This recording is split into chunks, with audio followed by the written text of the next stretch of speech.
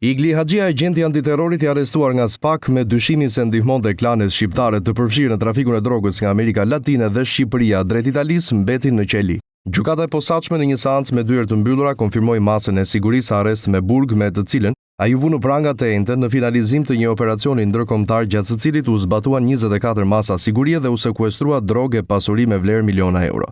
Para tokave të zeza, polici mohoi të jetë i përfshirë në rrjetin e drogës, madje citohet ketë shtuar se ka qenë pjesë e grupit hetimor dhe është vlerësuar për këtë. Agenti ngriti pretendime se emri i tij mund të jetë përdorur nga persona të tjerë. Më kam përdorur emrin, nuk kam pasur Sky ECC, nuk kam komunikuar asnjëherë në aplikacionin Sky.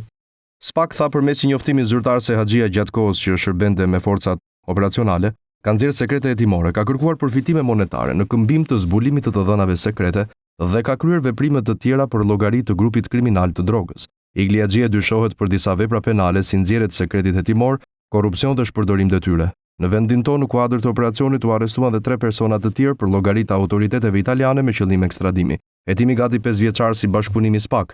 Autoriteteve italiane në Brescia dhe prokurorisë së Zvicrës goditi një grup kriminal kryesisht të përbërë nga shqiptar që kishte arritur trafikonte 1.3 ton kokainë me vlerë rreth 12 milionë euro në tregun e zi të narkotikëve.